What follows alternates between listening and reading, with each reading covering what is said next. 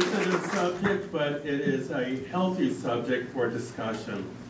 And so my portion of this conversation will be the motivation behind my mother, Dr. Mamie Clayton. Why did she do this? It's not so much the importance of the ending result, which she collected over 2 million items on African American history, but it was the process to get to this particular point.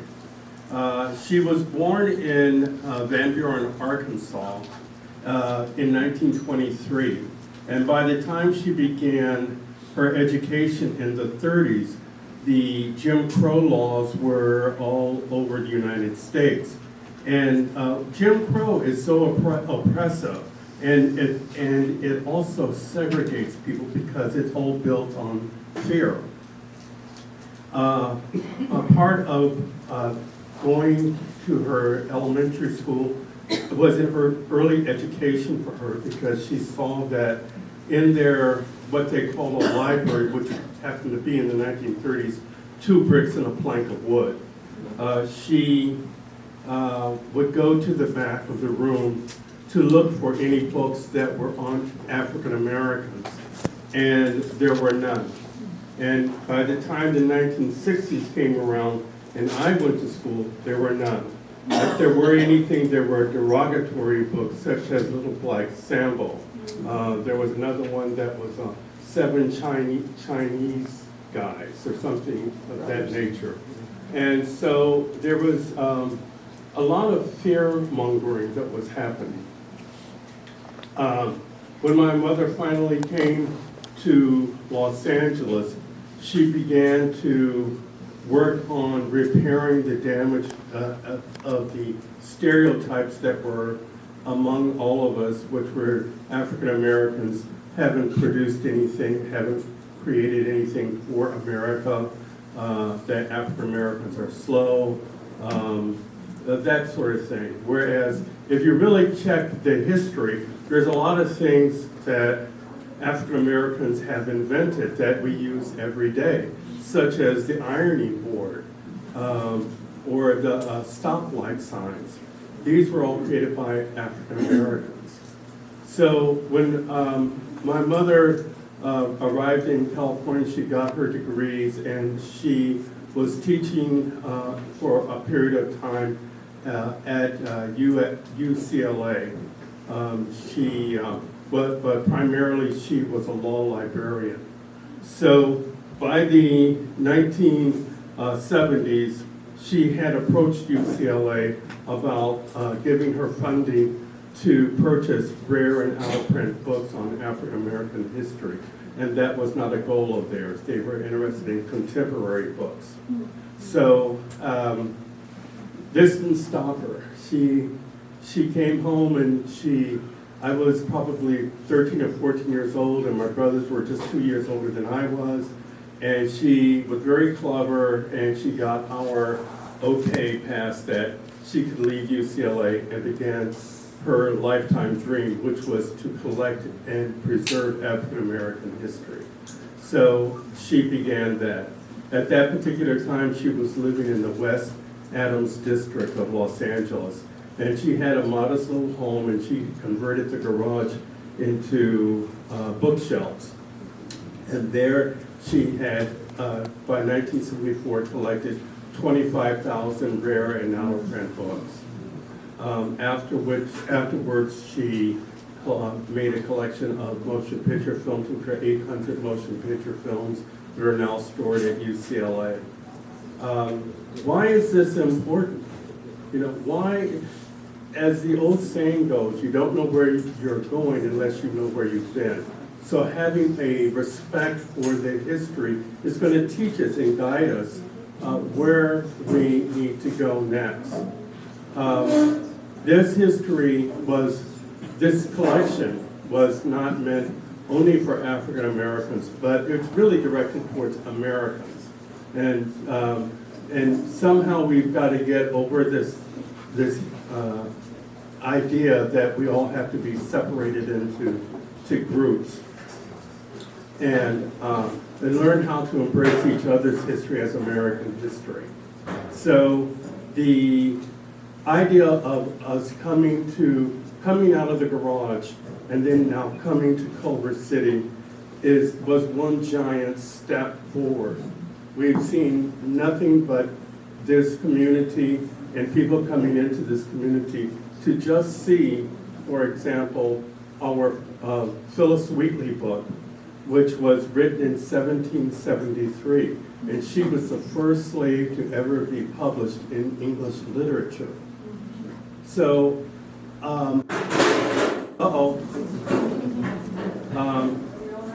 so, you know, we want to share this with this community and with all communities about the accomplishments of African Americans in this country.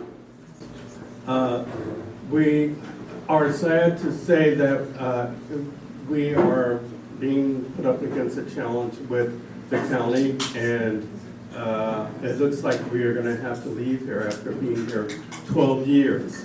So, you know, we're hoping for a miracle. Something will come up, somebody will stand up so that we will be able to relocate ourselves in the near future.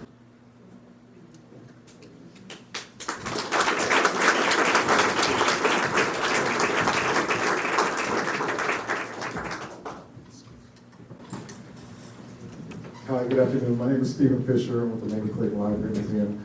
And I just want to piggyback on both what Lloyd had said and also use. There's a lot of challenges going on right now, but it's also a time of hope and promise.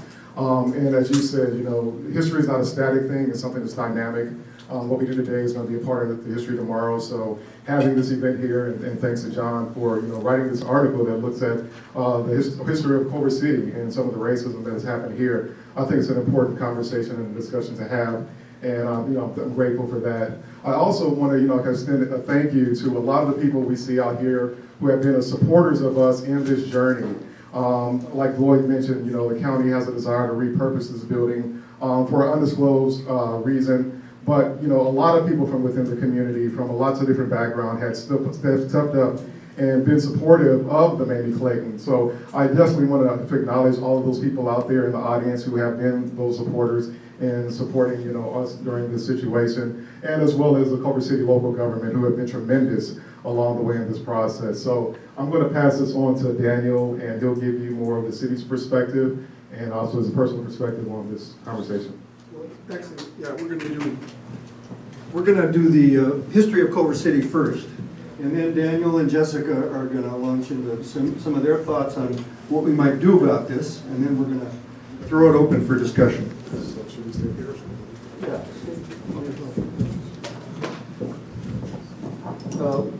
Can we get the lights? Yeah.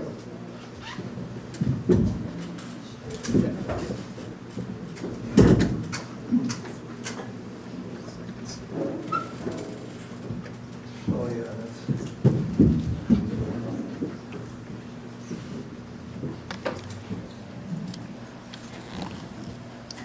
Okay, well, my name is John Kent, as I said earlier.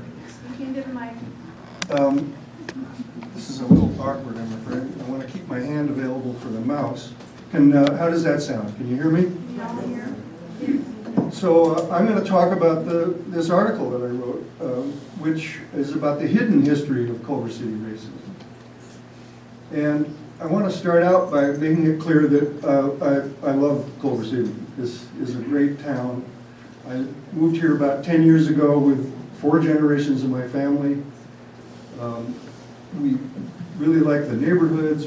The tree-lined streets are beautiful. The downtown is very vibrant and a lot of interesting restaurants and other activities there. And there's a very diverse population, relatively diverse population. We especially like that diverse population. But recently, or not that long ago, a couple years ago, I was told by a sibling about a book called Sundown Towns. And she said, Culver City is in that book. And I said, what? First I had to figure out what a sundown town was. But then I went and I got the book, and sure enough, on page 112 is Culver City. And for those that don't know, a sundown town is a town, and they got the name because Many of them had signs posted at their city limits that said things like, the N-word, don't let the sun go down on you. Or, here's another sample from the cover of the book itself, whites only within the city limits after dark. And that's where sundown towns got their name. So I was shocked. But I want to make it clear that it's not that nobody knows this. In other words, I was ignorant, partially because I was white, partially because I hadn't lived here my whole life. But there are a lot of people, especially non-whites, who have known this their whole lives. And after this article was written, I got a lot of feedback through social media, people sending me messages, so on. And I'm just going to read a few things that I got or found on social media posts that people said that proves what I just said, that people have known this all along. Here's from an older black woman. I grew up in LA. Everybody knew it. Driving to the beach, you drive around Culver City. You get stopped every time. Here's a black man. It was clear to me in the 90s, as a teenager, that my city, that I was representing every Friday on the football field, would then turn its back on me, literally on the way home from the game. And I had to worry what streets we took if I didn't want to be harassed. And it's not on the citizen to prove a racist city is still racist. The onus is on the city to prove it has effectively dealt with the cancer of white supremacy.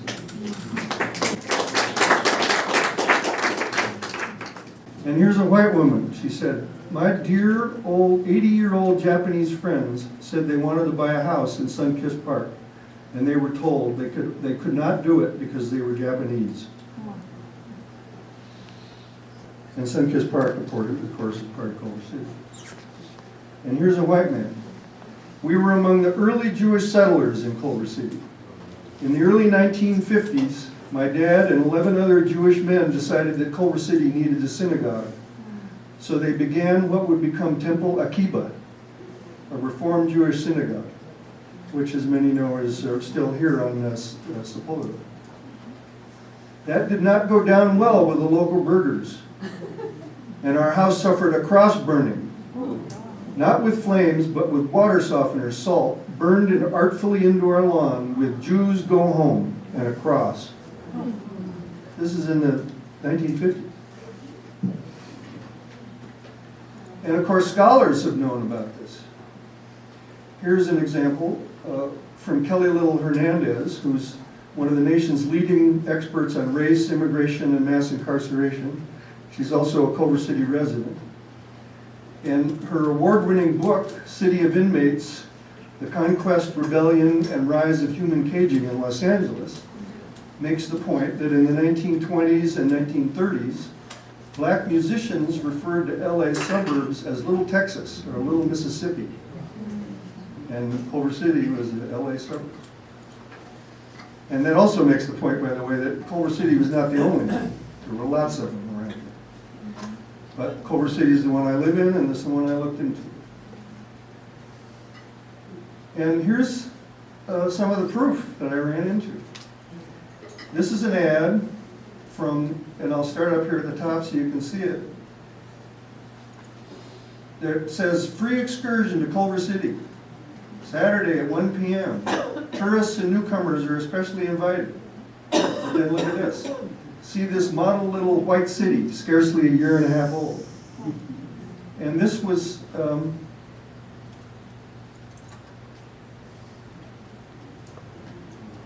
a minute, I'm having trouble with my mouse.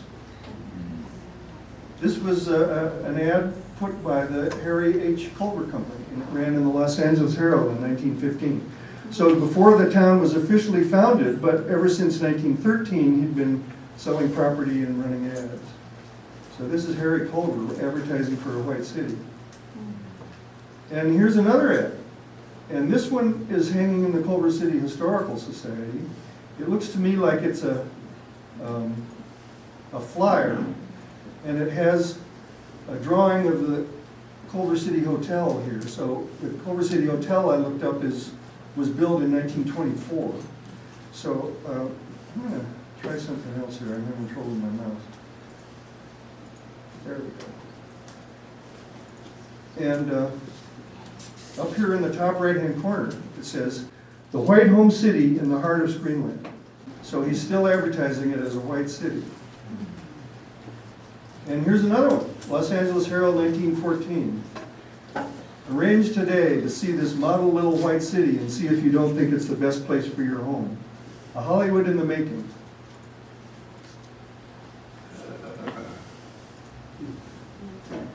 And here's where it gets even more explicit.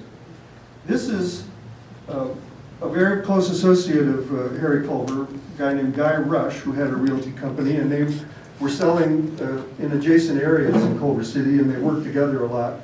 They worked on various realty boards and so on. They were good partners. And he was even more blatant. He had, this was in December these ads went out, and he was advertising, "Come and get a free gift, you know, see Santa Claus, your fat old friend Santa Claus." And this is, I'm going to switch mics. This is getting ridiculous.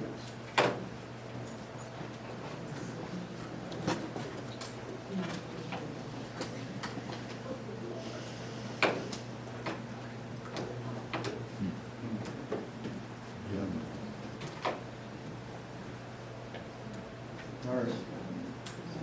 And then if you look at the fine print on this ad, it says lots and presents restricted to the Caucasian race. So it's very blatant. And he didn't just run one ad. These are consecutive days in December, and they all say essentially the same thing. Here's one: lots sold only to members of the Caucasian race and presents restricted likewise. So he's making clear Santa only gives presents to white people. Now, just to talk a little bit more about Harry Culver, he had his entire realty team of 70 men in 1914 appear in a minstrel show to raise money for a local church. And for people that don't know, minstrel shows were grotesque, racist caricatures of white people, black people, sorry, also white too. White people in blackface. Here you can see pictures of typically what they look like. Buffooning, you know, performing skits, dancing the cakewalk, playing music, and just making black people look ridiculous and reinforcing white supremacy. It was a typical minstrel show. So Harry Culver had his whole realty team involved in it. And here's two typical minstrel songs that were sung in these minstrel shows. Here's one, Looney Coons. This is a cakewalk and a two-step. It's a dance. Here's All Coons Look Alike to Me. It's a ragtime minstrel song. So these were not mild, harmless events. So how did Harry Culver implement this racial attitude? What was it he did to make it so that he could keep this town white? Well, when he first announced the town in 1913, he stated, and this is a quote, "Tracts will be subdivided into about 250 large residence lots, each with proper restrictions." Now, you have to understand realty, and I had to do a little research to figure all this out. But fortunately, there's people that have done a lot of the homework, and they helped me figure out what this exactly meant. The first thing he's referring to is large residential lots. And there's a great scholar named Richard Rothstein who wrote a book called The Color of Law, where he digs into exactly what this all meant for building the segregation in this country. And his point was, large lot size was a common exclusionary zoning ordinance that was successful in keeping low-income African Americans, indeed all low-income families, out of middle-class neighborhoods. So that's the first thing Harry did, was have large lot size. Then the second thing he did was establish what are called deed and covenant restrictions on the properties. And he became an expert in these deed and covenant restrictions. In 1927, when he was president of the Los Angeles Realty Board, he oversaw the issuing of this statement by the Los Angeles Realty Board.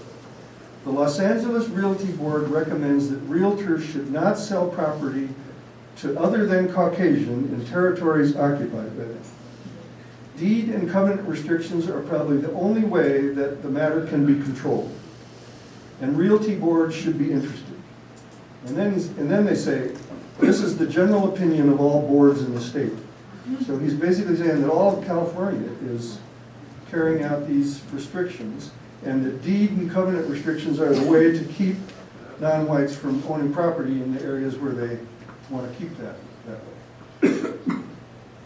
And even though these deed and covenant restrictions are illegal and unenforceable today, they still exist on many of the properties here in Culver City. And I did a little research and talked to some people, some realty agents, and here's an example of one of them. I'm going to read this. It's on Sherborne Drive in Culver City. One of the properties says this on its deed still, that said premises shall not, nor shall any part thereof, ever be conveyed, transferred, leased, or demised to any person other than that of the white or Caucasian race. Now, it wasn't just realtors doing this. These deed restrictions were basically official city policy. And there's several examples of that I found, but here's the most blatant. In November 1943, during World War II, Culver City convened a meeting of its air raid wardens. You know, they were checking to make sure that people had their blackout curtains up, or they kept their lights out at night in order supposedly to avoid aerial attacks. And ironically, this meeting was held under a banner proclaiming God bless America and life, liberty, and justice for all. And at this meeting, Mike Tellefson, who was the city attorney at that time, instructed the assembled wardens that when they went door to door, they should circulate documents in which homeowners promised not to sell or rent to African Americans. And somebody that was at this meeting quoted him as saying a little bit later, "You cannot prevent an owner from selling property to a Negro, but such restrictions will prevent him from occupying it." In other words, he was finding a way, because slowly the Supreme Court was moving forward on this issue and had actually said you couldn't not sell to people because of their race, but they left it wide open about occupying.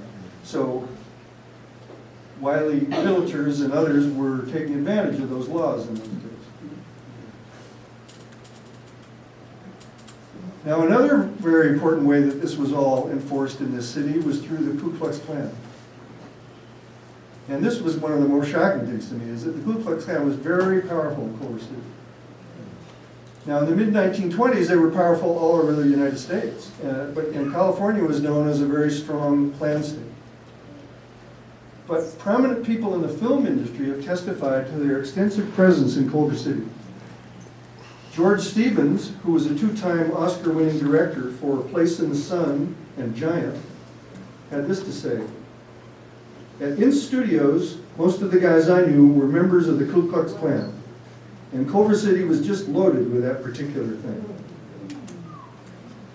And Louis Millstone, who was a two-time Oscar-winning director for All Quiet on the Western Front and Two Arabian Nights, was quoted as saying, "The Ku Klux Klan got so strong in Culver City that you would drive to the studio, in the middle of the road you would see a white paint initials, Klansman I greet you, Kiggy, K-I-G-Y.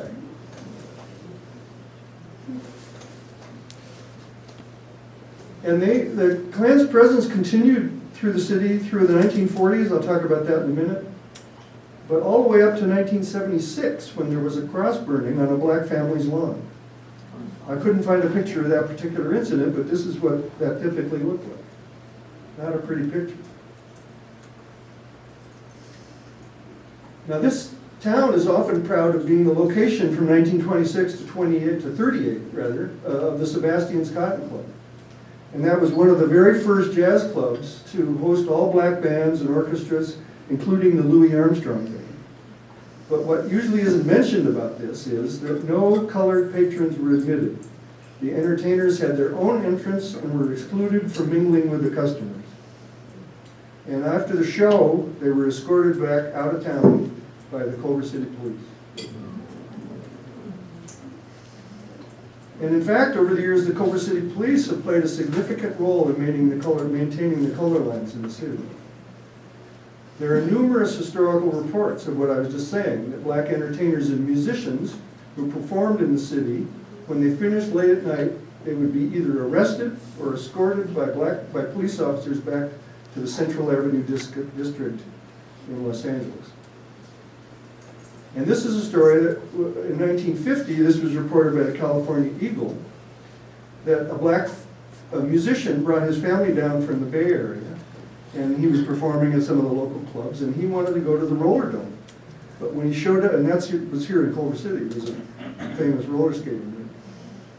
When he got there, he was told, "We don't admit Negroes. Negroes are not allowed to skate here." In addition, the owner had called the police, and the police came, and they were quoted as saying, "Clear out of Culver City and never show your face again."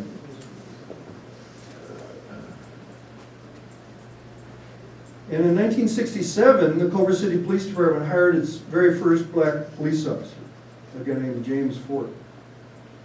And according to a profile of Fort in the Los Angeles Sentinel, Fort discovered that there were major racism in the department. He reported that his first years as a police officer were wrought with name-calling and challenges. And he said he experienced similar sentiments from the residents of the city.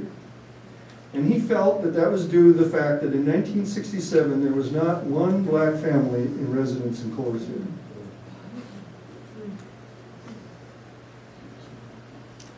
Then in 1994, which if you think about it, is only 25 years ago, the Culver City Police hired Tim Wynn, who was considered one of the most unemployable cops in the country because he'd been seen by millions on videotape kicking and beating Rodney King, and then had been fired by the Los Angeles Police Department. The police chief of Culver City at that time hired Tim Wynn as a community service officer. And this caused quite a furor among the more progressive people in town, and more than 700 signatures were gathered on a petition. They wanted Wynn fired, emotional protests at city council meetings, and the city council unanimously endorsed the hiring. 25 years ago. Imagine what message that delivers to non-whites around the city. In the wake of all this controversy, the Los Angeles Weekly conducted a major investigation into the Culver City Police Department. And they published it in September 1998. It's a great article called Culver City Confidential. It's still available online. And they declared Chief Cook, the chief of police, to be a lawman who dominates Culver City like the sheriff of a small county in the deep south. So think about it. Here we are in Southern California, and we got a sheriff acting like he's in Mississippi. They also spoke with a man named Carlos Valverde, who was then 25 years old and a Spanish teacher at the Culver City High School, and who today has his doctorate, teaches English at the high school still, and is the director of student activities. And he filed a complaint with the Culver City Police Department, and here's a quote from it that was in the LA Weekly. He said, "What's interesting is they never cite you for it. They search you, search the car, and then they end up letting you go." And then the classic phrase, "Hey, today's your lucky day."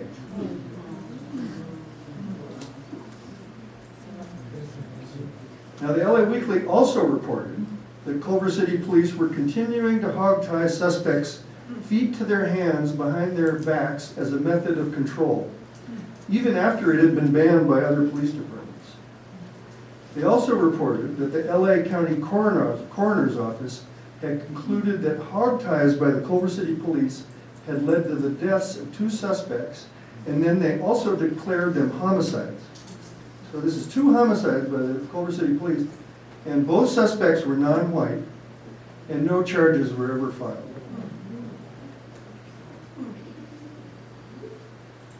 So if all this has been going on, and there's a lot of people that knew this, why am I saying that this was hidden? Well, because it was officially hidden by the city. During all the events in 2017, 2 years ago, celebrating the centennial of the founding, the official founding of the city, nobody mentioned this aspect of the city. There's even a large coffee table-sized, full-color, 216-page book called Culver City, California, the first 100 years, which is promoted as the official history book of the city. And I looked in this book in vain for any mention of segregation. And then just Thursday, I heard about this incident. A woman told me that she had gone with her son, third grader, to the city hall here in town. And he asked the historian if Culver City was zoned only for white people. And what did she say? No, Native Americans were first, then the Spanish, then eventually it became for everybody. The woman said, she straight up taught revisionist history.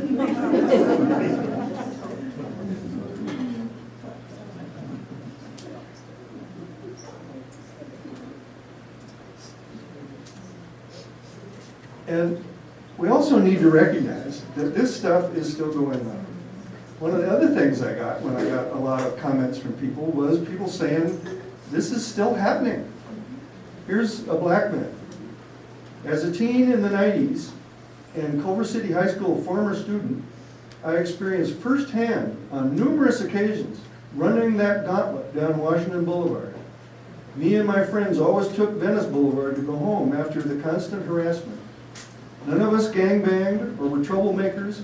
Just having a short haircut and being brown or black in Culver City would get you a regular stop.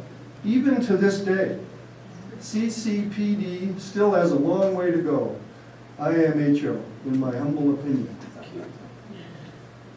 Black man. I still think about it driving down La Cienega at night. Sometimes they'll spring a checkpoint at Fairfax. Black woman. That's a city you still don't want to ride through after dark. Older black woman. Don't be shocked. Be better. There is still so much that is still getting the same in Culver City. It's still the same. Sorry. Getting stopped for walking, driving while black in CC is still happening. A black woman. Mar Vista / Culver City is a no-no. And I decided to put this quote in here. This is on the other side of the fence. But I thought I would put it in because to me it's a typical example of a white person trying to pretend they're not racist and speaking in ways they think will not be sound racist or they won't be accused of racism. And she says, I remember way back when people would not drive through CC because you would be pulled over for a broken taillight, amplified music, etc. It kept the chaotic element out of the city. I never had a problem with that. Culver City needs to continue that legacy. People need to know and be made aware of that this city does not tolerate speedsters, gangsters, lawbreakers, drunk drivers, etc. This is not the city for them.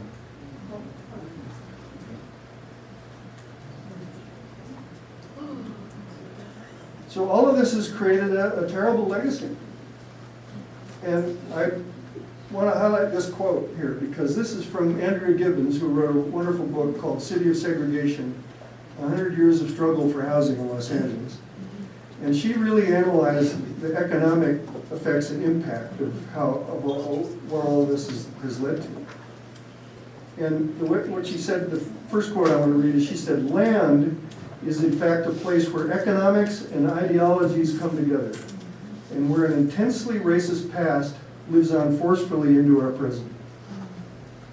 And then she says, and this is, I find quite startling, shocking inequalities in wealth, much of it grounded in the homes people own, which people, non-whites, were not allowed to buy in this city, continue to haunt Angelenos. Mexicans have a median wealth of $3,500, African Americans of $4,000, and whites of $300 to $55,000. So that's about 100-to-1 ratio because of denial of property and housing. So I think we need to confront this past, and we need to do it in order first to understand it and then to make our present better. And one thing, James Lowen, the author of the Sundowns book that first alerted me to what Culver City's history was, one of the things he says is, there's a new edition of his book, and it's in the prefix to the new edition. He says, most former sundown towns have never admitted their racism. And that certainly applies to Culver City.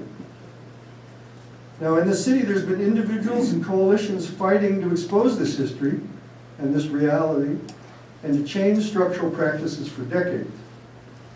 And in fact, this work is in no small part responsible for the recent installation of a new, more progressive city council and the city's first black council member, who's happens to be sitting right here, Daniel Lee.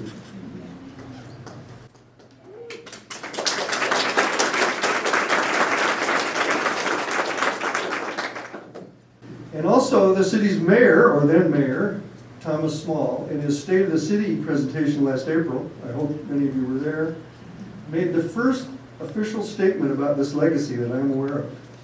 And he also tipped his hat to the article I wrote. But that's the first time an official has ever acknowledged this, I think. But we now have an opportunity to make a future qualitatively better than our past, for all of us, not just for some. But first, we have to admit it. This would be a very important step forward as we look for ways to undo the harm. So there's much work to do. Thank you very much.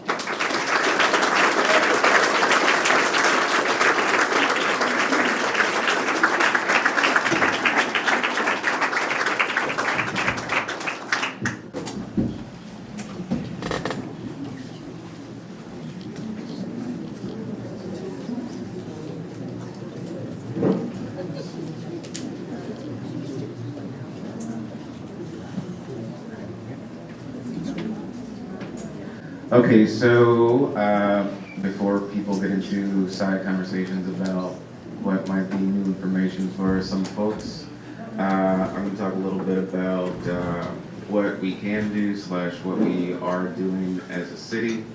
I guess I'll preface my remarks by saying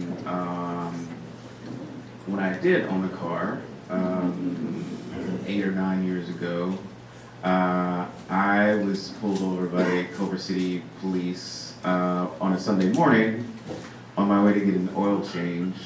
It was very weird and interesting to me because it was like Sunday morning, driving the speed limit, what's up? Then I get pulled over, African American cop, what's up? Then I ask officer, why did you pull me over? And he's like, oh, you have a broken tail light or something like that. And I'm like, oh, wow, that's incredibly interesting because I just replaced all the lights in my car by myself yesterday. So I guess maybe I did something wrong / I know I didn't do anything wrong. Replacing your lights is really easy. Similarly, a few years ago, walking home from the train, I was also pulled over and stopped and frisked by 2 Culver City police officers who wouldn't give me a clear indication as to why they had stopped me. And then took my stuff out of my pockets, put it on the ground, and went off laughing. So definitely appreciate John's presentation, but for a lot of us, even me as an elected official, this is still relevant and still happening, obviously not just in Culver City. But I think one of the ways in which we can actually work towards doing something about it is to admit it. So part of the admitting it is sharing our own personal stories. I think sometimes people feel traumatized and violated when they have certain interactions, whether they be with law enforcement or with neighbors or with other residents they don't know who react negatively to them for seemingly no reason, but an interpretation seems like it might be because it's racist. So as John said, former Mayor Thomas Small did take the first step at the State of the City presentation in April by sort of admitting the problem, giving a boost to John's article in front of an audience that I think might not have sought it out by themselves. Our current mayor, Megan Sally Wells, has also spoken about this similarly from the dais, but there are some other concrete steps that the city is trying to take. I think it would be interesting for us to talk about the second step, because I feel like we've admitted it on small levels as individual council members, but I don't think we've collectively apologized as a city. And I think it'd be interesting to know from a community perspective what that apology should look like. Because I think sometimes words aren't enough. I think sometimes it takes a process or something like a fellowship of reconciliation where it's not just about saying the right thing, but it's about changing policy and practices. So I feel as a city, at least this current city council would be open to creative ideas so that we could fulfill the second step. I think in the context of that apology, if we were to come up with something, then we can work towards renouncing, which is the third step. But I think that's a harder goal to achieve because it involves a lot of different people.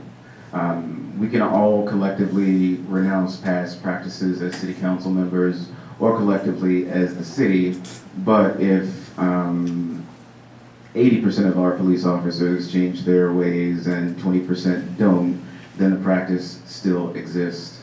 The city is working in a number of different ways to try to address some of these issues, both internally and hopefully down the line in a more external citizen-led way.